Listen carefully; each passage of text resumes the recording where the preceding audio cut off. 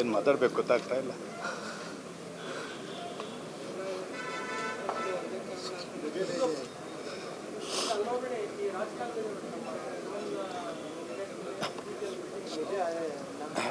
ನಾವೆಲ್ಲ ಸುಮಾರು 25-26 ವರ್ಷದಿಂದ ಸ್ನೇಹಿತರು.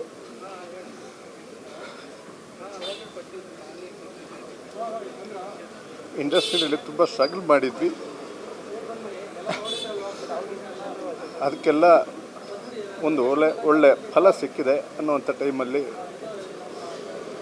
ಇವತ್ತು ದಿಲೀಪ್ ನಮ್ಮ ಜೊತೆ ಇಲ್ಲ.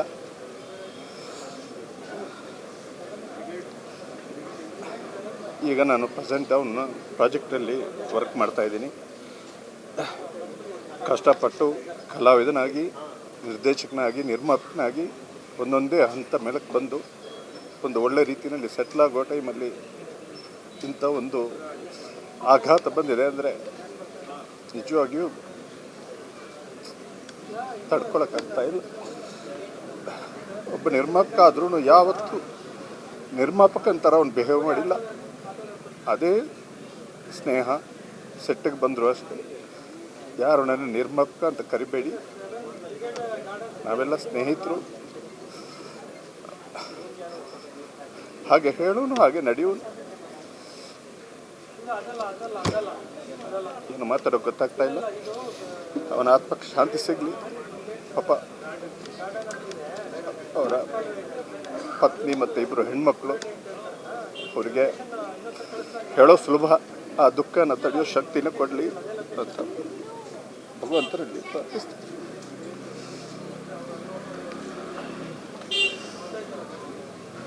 ಮೇಡಮ್, ಆ್ಯಸ್ ಎ ಅವರು ಪ್ರೊಡ್ಯೂಸರು, ನಾನು Karnataka television association vice president ಆಗಿರೋದ್ರಿಂದ ಬಹುತೇಕ ಹಲವು ಸಂದರ್ಭ ಮೀಟ್ ಮಾಡ್ತಾಯಿದ್ವಿ. ಇದಕ್ಕೆ ಮೊದಲು ಜನನಿ ಸೀರಿಯಲಿಂದ ಪ್ರೀತಿಗಾಗಿರ್ಬೋದು, ಇತ್ತೀಚೆಗೆ ಕೃಷ್ಣ ರುಕ್ಕು ಆ ಸೀರಿಯಲ್ ಕೂಡ ಒಟ್ಟಿಗೆ ಯಾವುದೇ ಪ್ರೊಜೆಕ್ಟ್ ವರ್ಕ್ ಮಾಡ್ತಾಯಿದ್ದೀನಿ. ಬಟ್ ಅವರು ಇಷ್ಟು ಬೇಗ ನಮ್ಮನ್ನು ಅರಗಲ್ತಾರೆ ಅಂತ ಯಾವ ಕನಸು ಮನಸ್ಸಲ್ಲಿ ನೆನೆಸಿರಲಿಲ್ಲ.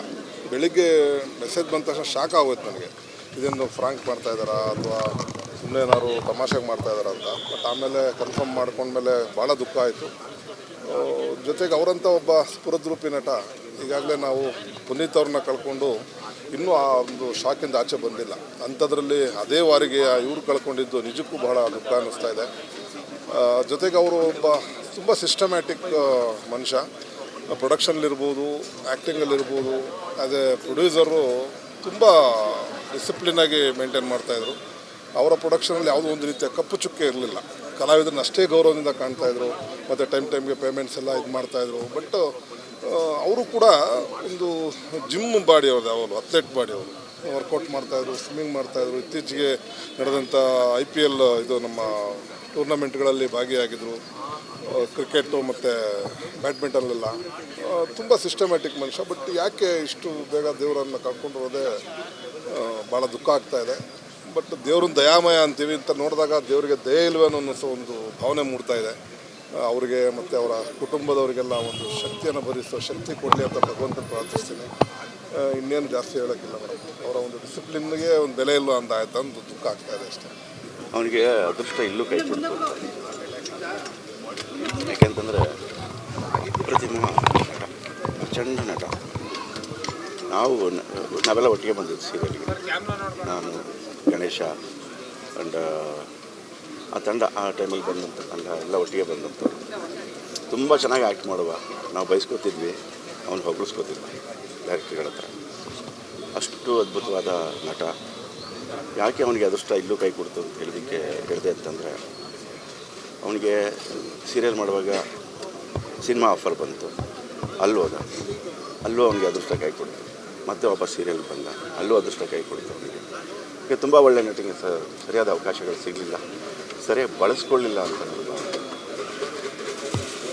ಸೊ ಬೆಳಿಗ್ಗೆ ನಮ್ಮಮ್ಮ ನನಗೆ ಹೇಳಿದ ತಕ್ಷಣ ನನಗೆ ಒಂಥರ ನಿಂತಲ್ಲೇ ನಿಂತ್ಬಿಟ್ಟೆ, ಅಳ್ಳಾಡೋಕ್ಕಾಗಲಿಲ್ಲ. ನಿಮಗೆ ಇಷ್ಟು ಚಿಕ್ಕ ವಯಸ್ಸಲ್ಲಿ ಈ ಥರ ಆದರೆ ಹಿಂಗೆ 2 ಹೆಣ್ಮಕ್ಳು. ಯಾಕೆಂದರೆ ಅವನು ಲವ್ ಮಾಡ್ತಿರುವಾಗ ನಾನು ಸೀರಿಯಲ್ ಮುಗಿಸ್ಕೊಂಡು ನನ್ನ ಕೈನೆಟಿಕ್ ಹೊಂಡದಲ್ಲಿ ಅವ್ನು ಕರ್ಕೊಂಡು ಅವನ ಹೆಂಡತಿ ಮನೆ ಹತ್ರ ಕರ್ಕೊಂಡೋಗಿ ಅಲ್ಲಿ ನಿಲ್ಲಿಸಿ ರಾಗಿಗುಡ್ಡದ ಹತ್ರ ಅವ್ರ ಮನೆ, ಅವರ ವೈಫ್ ಮನೆ. ಅವರಿಬ್ಬರು ಮಾತಾಡೋಕೆ ಬಿಟ್ಬಿಟ್ಟು ನಾನು ಅಲ್ಲಿ ಬಂಡೆ ಮೇಲೆ ಕೂತ್ಕೊತಿದ್ದೆ. ಆಮೇಲೆ ಮಾತಾಡೋಲ್ಲ ಆದ್ಮೇಲೆ ಮತ್ತೆ ಡ್ರಾಪ್ ಮಾಡ್ತಿದ್ದೆ. ಎವ್ರಿಡೇ ಇದೇ ಕೆಲಸ, ಸೀರಿಯಲ್ ಮುಗಿದ್ಮೇಲೆ ಇದೇ ಕೆಲಸಗಳು ಮಾಡ್ತಿದ್ದೆ. ಎಲ್ಲ ಹಳೆ ನೆನಪುಗಳು ಒಂದೇ ಸರಿ ಕಳಿಸ್ಬಿಡ್ತು. ಬಟ್ ಗೊತ್ತಿಲ್ಲ ವಿಧಿಯಾಟ ಹೆಂಗಿರುತ್ತೋ ಏನು, ದೇವರು ಅವನಿಗೆ ಇಷ್ಟು ಬೇಗ ಯಾಕೆ ಇಂಥ ಆಲೋಚನೆ ಮಾಡ್ದೆ ಅವ್ನು ಕರ್ಕೊಳ್ಳೋಕ್ಕೆ ಅನ್ನೋದಕ್ಕೆ ಕಾರಣನೇ ಗೊತ್ತಿಲ್ಲ. ವೀಕ್ನೆಸ್ ಫ್ರೀಕ್, ಯಾವಾಗಲೂ ಜಿಮ್ ಅರ್ಧ ಗಂಟೆ ಟೈಮ್ ಸಿಕ್ಕರೆ ಜಿಮ್ಗೆ ಹೋಗ್ಬಿಡೋ, ಒಂದು ದುರಭ್ಯಾಸಗಳು ಇರಲೇ ಇಲ್ಲ. ಏನು ಹೇಳ್ತಾರೆ ಅದಕ್ಕೆ, ಆರೋಗ್ಯಕ್ಕೂ ಸಾವು ಸಂಬಂಧವೇ ಇಲ್ಲ ಅನ್ನೋದನ್ನು ಇಲ್ಲಿ ಹೇಳ್ಬೋದು. ಬಟ್ ಇಷ್ಟು ಬೇಗ ನಮ್ಮನ್ನೆಲ್ಲ ಬಿಟ್ಟು ಹೋಗ್ತೀರಿ ಅಂತ ನನ್ನ ಮನಸ್ಸಲ್ಲೂ ನೆನೆಸ್ಕೊಂಡಿರಲಿಲ್ಲ. ಯಾಕೆಂತಂದರೆ ಅವ್ನು ತುಂಬ ಕಷ್ಟಪಡ್ತಿದ್ದ ದಿನಗಳೆಲ್ಲ ನನಗೆ ಗೊತ್ತು.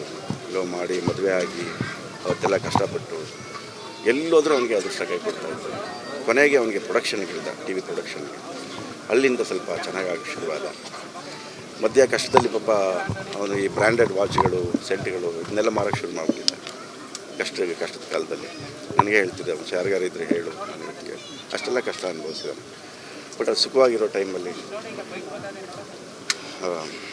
ಬಿಟ್ಟು ಊಟ, ಇನ್ನು ಹೆಣ್ಮಕ್ಳನ್ನ ಆ ದೇವರ ಆಶೀರ್ವಾದದಿಂದ ಒಂದು ಒಳ್ಳೆ ಕಡೆ ಸೇರೋದಕ್ಕೆ ಅವಕಾಶ ಮಾಡಿಕೊಡ್ತೀನಿ ಅಂತ ನಾನು ಭಗವಂತನ ಪ್ರಾರ್ಥನೆ ಮಾಡ್ಕೋತೀನಿ. ಅವನ ಆತ್ಮಕ್ಕೆ ಶಾಂತಿ ಸಿಗಲಿ ಅಂತ ಹೇಳೋದಕ್ಕೂ ತುಂಬ ಕಷ್ಟ ಆಗ್ತಿದೆ. ಭಾರವಾದ ಮನಸ್ಸಿಂದ ಒಂಥರ ಭಾವಪೂರ್ಣ ಶ್ರದ್ಧಾಂಜಲಿ ಅಂತ ಹೆಂಗೆ ಹೇಳಿ ಸ್ನೇಹಿತರು. ಏನು ವಯಸ್ಸಾಗಿದ್ದರೆ ಓಕೆ, 65-70 ವರ್ಷ ಆಗಿದ್ದರೆ ಆಯ್ತು ಸಾಕು ನಡೆಯೋ, ಇನ್ನೇನು ಮಾಡೋದು ಇಲ್ಲಿ ಅಂತ ಅನ್ಬೋದಿತ್ತು. ಚಿಕ್ಕ ವಯಸ್ಸು ಇಲ್ಲಿ ದೇವರ ಹತ್ರ ಹೋಗಿದ್ದಾನೆ. ಅವ್ರ ಮನೆಗೆ ನಮಗೆಲ್ಲ ಆ ನೋವನ್ನು ಭರಿಸುವಂಥ ಶಕ್ತಿಯನ್ನು ಆ ಭಗವಂತನ ನಮಗೆ ಕೊಡಲಿ ಅಂತ, ಅವ್ರ ಮನೆಯವ್ರಿಗೆ ಕೊಡಲಿ ಅಂತ ಕೇಳ್ಕೊತೀನಿ.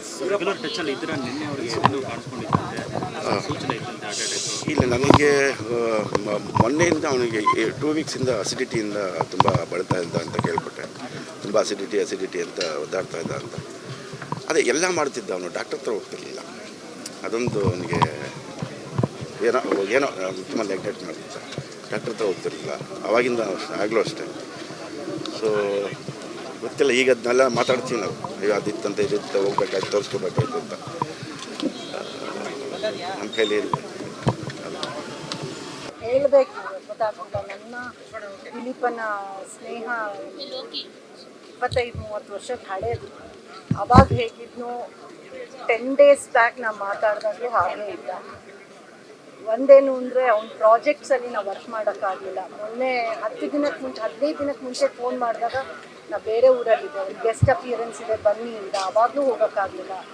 ಊರಿಗೆ ಬಂದಮೇಲೆ ನಾನೇ ಹೇಳಿದೆ, ಸಾರಿ ಕಣೋ, ನೆಕ್ಸ್ಟ್ ಪ್ರಾಜೆಕ್ಟಿಗೆ ಕರೆಯೋಕ್ಕೆ ಮುಂಚೆ ಸೆಟ್ಟಲ್ಲಿ ಇರ್ತೀನಿ ಹಿಂದೆ. ಅದೇ ಇಂಥ ಸ್ಥಿತಿಲಿ ಅವನು ನೋಡ್ತೀನಿ ಅಂತ ಖಂಡಿತ ನಾನು ಅಂದ್ಕೊಂಡಿರಲಿಲ್ಲ. ಈ ಥರ ಎಲ್ಲ ಆಗೋದ್ರೆ ದೇವ್ರ ಮೇಲೆ ನಂಬಿಕೆನೇ ಹೊಟ್ಟಾಗತ್ತೆ ನಮಗೆ.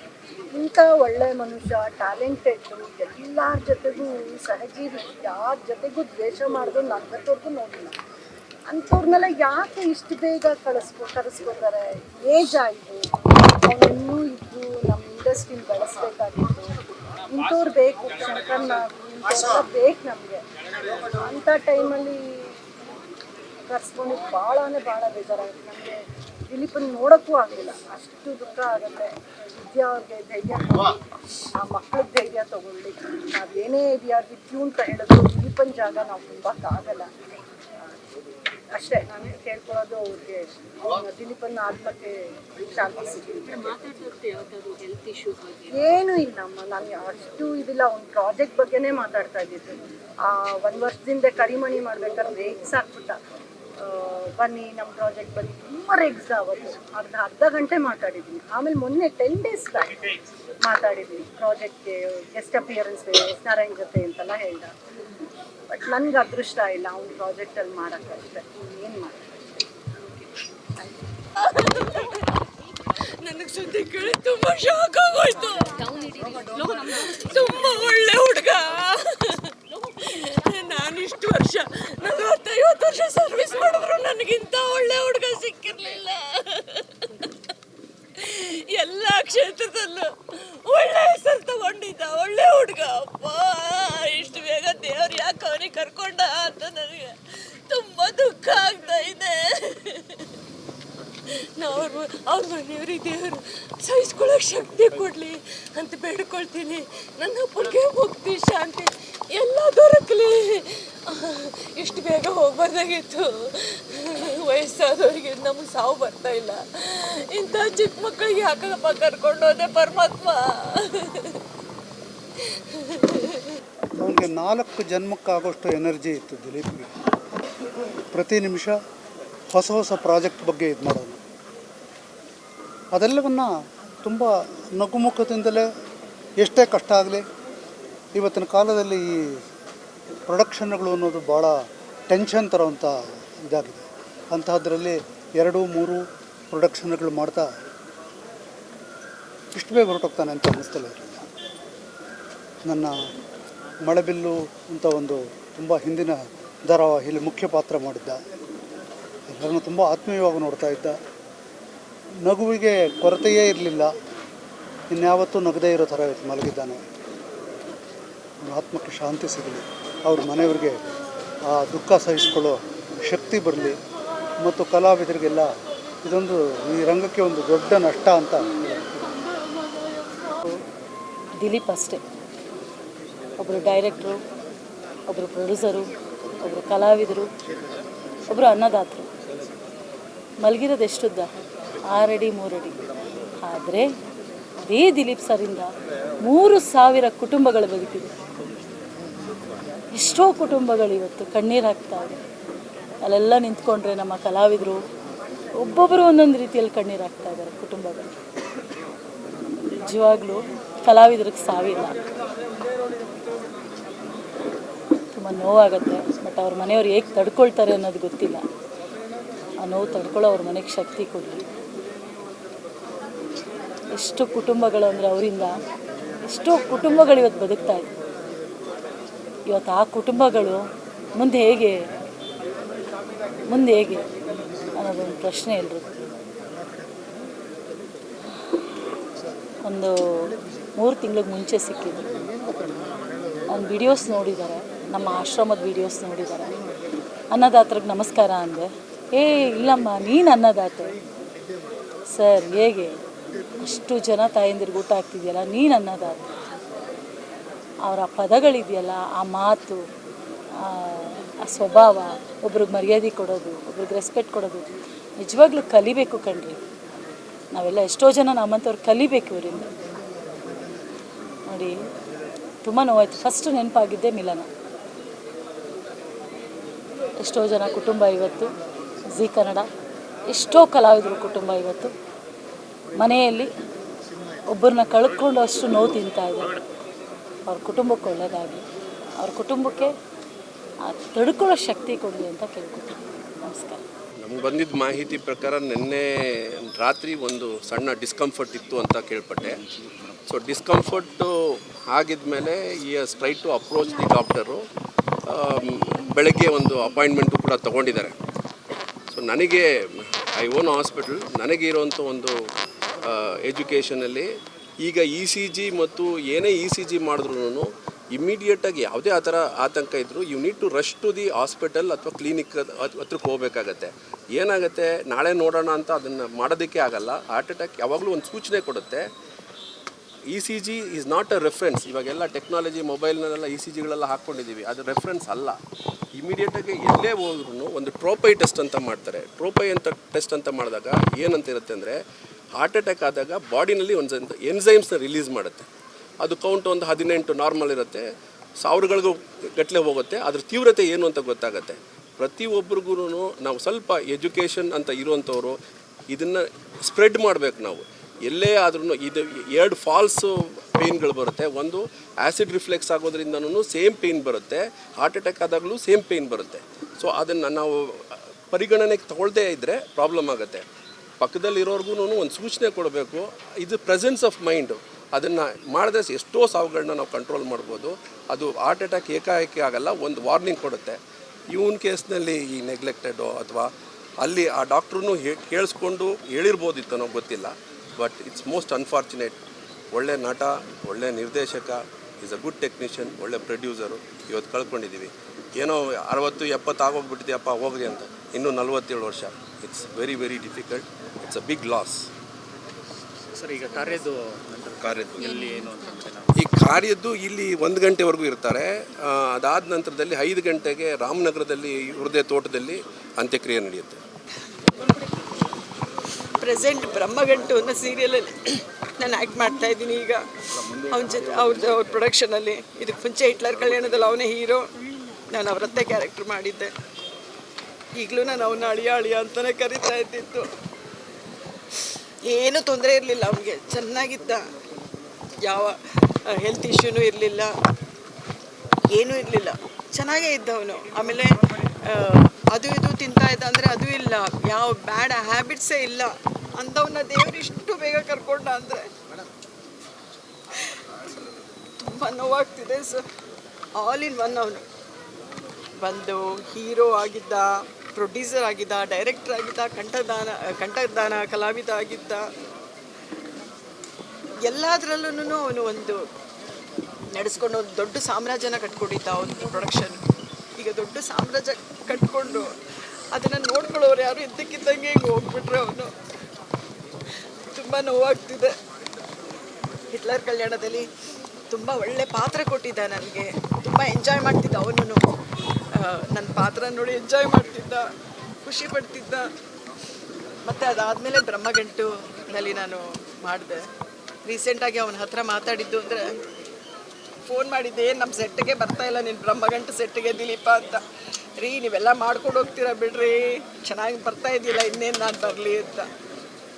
ಹೋಗಲಿ, ಯಾವುದೋ ಒಂದು ಡಿಫ್ರೆಂಟ್ ಕಾಸ್ಟ್ಯೂಮ್ ಎಲ್ಲ ಹಾಕ್ಸಿ ಒಂದು ಕ್ಯಾರೆಕ್ಟರ್ ಕೊಟ್ಟಿದ್ದಿಲ್ಲ, ಚೆನ್ನಾಗಿ ಮಾಡಿದ್ದೀನ, ಏನೂ ಹೇಳಲೇ ಇಲ್ಲ. ಅಂದರೆ ನಿಮ್ಮ ಬಗ್ಗೆ ಹೇಳೋಕ್ಕಾಗುತ್ತೇನ್ರಿ ನಾನು? ಒಳ್ಳೆ ಕಲಾವಿದ, ಚೆನ್ನಾಗಿ ಮಾಡಿದ್ದೀರಾ ಅಂತ ಅದೇ ಒಂದು ಮಾತು ಕೇಳಿದ್ಲ ಅಷ್ಟು. ತುಂಬ ನೋವಾಗ್ತಿದೆ ಸರ್, ತುಂಬ ನೋವಾಗ್ತಿದೆ. ದೇವ್ರು ಇಷ್ಟೊಂದು ನಿಷ್ಠೂರ ಆಗಬಾರ್ದು ಅನಿಸುತ್ತೆ. ದೇವ್ರು ಅವನ ಆತ್ಮಗೆ ಶಾಂತಿ ಸಿಗಲಿ. ಫಸ್ಟ್ ಆಫ್ ಆಲ್ ಅವರು ಹೆಂಡತಿ ಅವನ್ನ ಬಿಟ್ಟು ಒಂದು ನಿಮಿಷನೂ ಇರ್ತಿರ್ಲಿಲ್ಲ, ಜೊತೆಯಲ್ಲೇ ಇರೋರು, ಜೊತೆಯಲ್ಲೇ ಬರೋರು. ಅವರ ಆ ದುಃಖನ ಭರಿಸುವಂಥ ಶಕ್ತಿ ಆ ದೇವರು ವಿದ್ಯಾವ್ರು ಕೊಡಬೇಕು.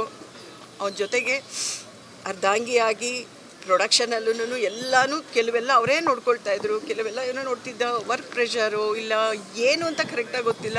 ಇದ್ದಕ್ಕಿದ್ದಾಗೆ ನೋವು. ನಾಳೆ ನಾನು ಫುಲ್ ಚೆಕಪ್ ಮಾಡಿಸ್ಕೊತೀನಿ, ಬಾಡಿ ಚೆಕಪ್ಪು ಅಂತ ಹೇಳಿ ಡಾಕ್ಟರ್ ಹತ್ರ ಅಪಾಯಿಂಟ್ಮೆಂಟ್ ತೊಗೊಂಡಿದ್ದಂತೆ. ಇವತ್ತು ಹೋಗ್ಬೇಕಾಯ್ತು, 8 ಗಂಟೆಗೆ ಅಪಾಯಿಂಟ್ಮೆಂಟ್ ಕೊಟ್ಟಿದ್ರಂತೆ. 8 ಗಂಟೆಯಲ್ಲಿ ಅವನೇ ಹೋಗ್ಬಿಟ್ಟ. ತುಂಬ ನೋವಾಗ್ತಿದೆ ಸರ್, ನೀನು ಹೇಳೋಕ್ಕಾಗಲ್ಲ. ಬಟ್ ಇದು ಬೆಳಗ್ಗೆ ಕೇಳಿದಾಗ ತುಂಬ ತಡ್ಕೊಳಕ್ಕಾಗಲಿಲ್ಲ. ನಿಜವಾಗ್ಲೂ ಅವ್ರ ಆತ್ಮಕ್ಕೆ ಶಾಂತಿ ಸಿಗಲಿ ಅಂತ ಮಾತ್ರ ಹೇಳಬಲ್ಲೆ. ಅವ್ರ ಜರ್ನಿಯಲ್ಲಿ ನಾನು ಮಾಡಿದಂಥ ಸಿನಿಮಾಗಳಲ್ಲೂ ಕೂಡ ಸಾಕಷ್ಟು ಪಾತ್ರಗಳು ಮಾಡಿದ್ರು ಅವರು. ಒಂದು 4-5 ಸಿನಿಮಾಗಳಲ್ಲೂ ನಾನು ಮಾಡಿದ್ದೆ. ನಾನು ಆ್ಯಸ್ ಎ ಮ್ಯಾನೇಜರ್ ವರ್ಕ್ ಮಾಡಿದಾಗ ಅವರು ಒಂದು ವಿದೇಶಿಯಾಗಿ ವರ್ಕ್ ಮಾಡಿದರು. ಇದು ನಮ್ಮ ಚಿತ್ರರಂಗಕ್ಕೆ ಇರ್ಬೋದು, ಕಿರುತೆರೆಗಿರ್ಬೋದು, ಒಂದು ಪ್ರತಿಭಾವಂತ ಕಲಾವಿದನ್ನು ನಾವು ಕಳ್ಕೊಂಡಿದ್ದೀವಿ ಅಂತ ಮಾತ್ರ ಹೇಳ್ಬೋದು.